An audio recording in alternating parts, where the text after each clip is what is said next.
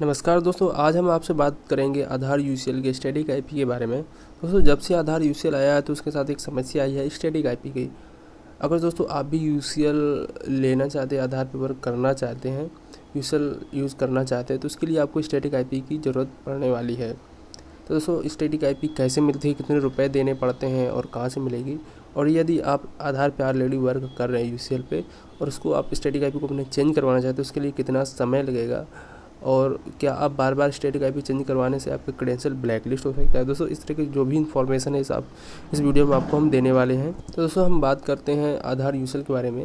दोस्तों, यूसीएल अगर जो आपको यूज़ करना है तो आपको स्टैटिक आईपी कंपलसरी है, लेना ही पड़ेगा, क्योंकि उसकी जो कनेक्टिविटी है यूसीएल की स्टैटिक आईपी से ही चलती है। दोस्तों, तो मैं अपने बारे में बताता हूँ। मैंने 1 साल पहले आधार यूसीएल पे वर्क करना शुरू किया था। दोस्तों, मैंने अभी तक अपनी स्टैटिक आईपी 3 बार चेंज करवाई है और मुझे कोई भी समस्या नहीं आई स्टैटिक आईपी चेंज करवाने में। और जो आप यूसीएल का स्टैटिक आईपी आप भी अगर जो चेंज करवाना चाहते हैं तो आपको भी कोई समस्या आने वाली नहीं है। आपको किस तरह से मेल करना है ये भी हमको दिखा देंगे, मैंने किस तरह से मेल किया और मेरा कितने दिनों में स्टैटिक आईपी चेंज हुआ, और मेरा आज भी यूसीएल वर्क कर रहा है। मेरा आज भी क्रेडेंशियल जो है अभी तक मेरी ब्लैक लिस्ट नहीं हुई है, तो मैंने किस तरह से वर्क किया है।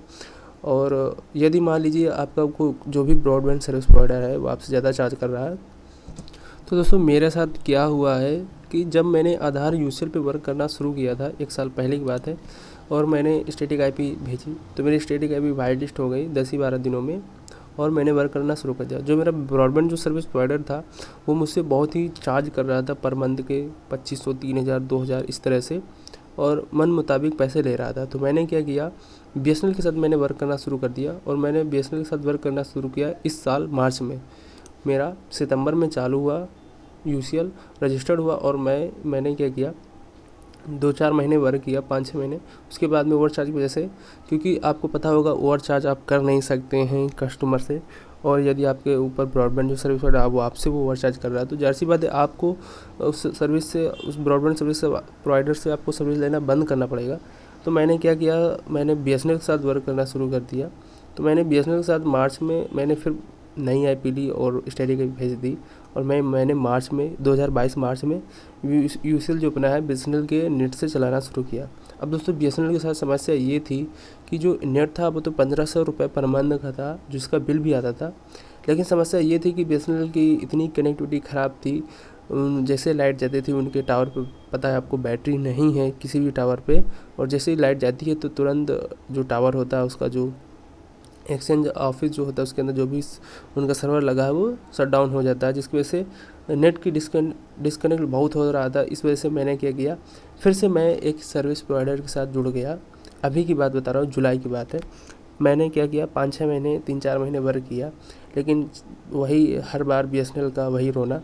तो मैंने क्या किया, फिर से जुलाई में किसी दूसरे सर्विस प्रोवाइडर से फिर से नेट मैंने लिया, और मैंने 17 जुलाई को मेल किया, जो कि आप स्क्रीनशॉट पर देख रहे हैं।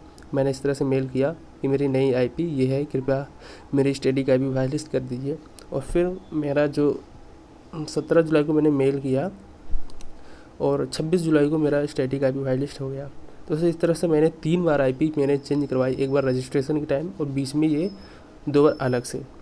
तो दोस्तों, इस तरह से मैंने 3 बार अपनी स्टैटिक आईपी चेंज करी, मुझे कोई भी समस्या नहीं आई है, और मेरा यूसीएल अभी भी वर्क कर रहा है। तो दोस्तों, आपको पता होगा जो भी सर्विस प्रोवाइडर होते हैं प्राइवेट, वो बहुत ही ओवर चार्ज करते हैं वीएलई से। अगर जो आप किसी शहर में है तब तो आपको आराम है, क्योंकि वहाँ पर जो फर्स्ट पार्टी के वेंडर होते हैं वो मिल जाते हैं। अगर जो आप किसी गाँव में रहते हैं, कस्बे में, तो वहाँ पर थर्ड पार्टी के वेंडर होते हैं जो कि आपसे बहुत ही ज़्यादा चार्ज करते हैं। दोस्तों, इस तरह से मेरा अभी भी यूसीएल का वर्क कर रहा है। मैंने अभी 26 जुलाई 4 दिनों पहले ही मेरी स्टैटिक आईपी वाइट लिस्ट हुई है।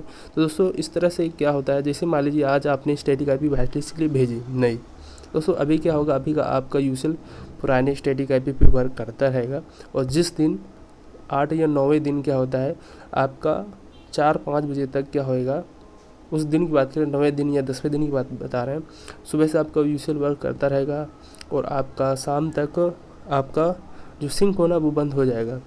तो आप समझ जाइए कि आपका आईपी चेंज हो चुका है।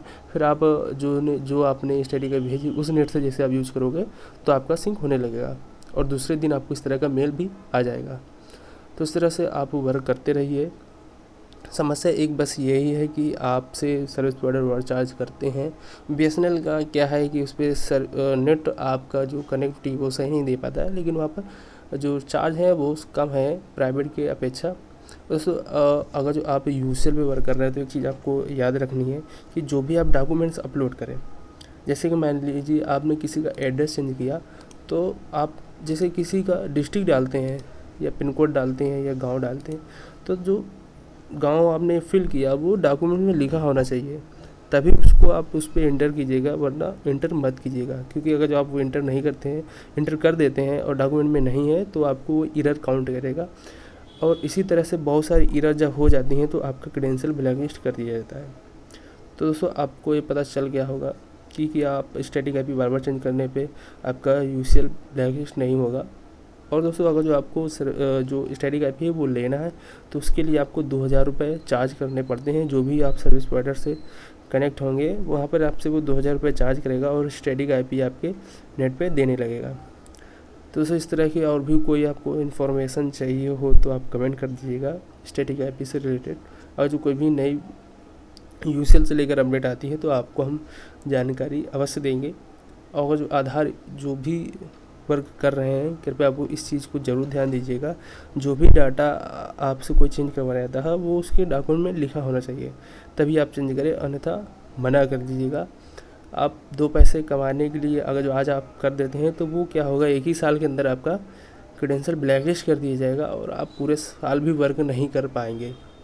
तो इस चीज़ का ज़रूर भी जो भी है ध्यान रखें और ओवर चार्ज मत करें, क्योंकि ओवर चार्ज करने पे भी आपकी एरर काउंट होती है और आपका आईडी ब्लैकलिस्ट कर दिया जाता है। आशा करते हैं आपको जानकारी अच्छी लगी हो तो वीडियो को लाइक कर दीजिएगा। अगर जो हमारे चैनल पे नए हैं तो चैनल को ज़रूर सब्सक्राइब कर दीजिएगा।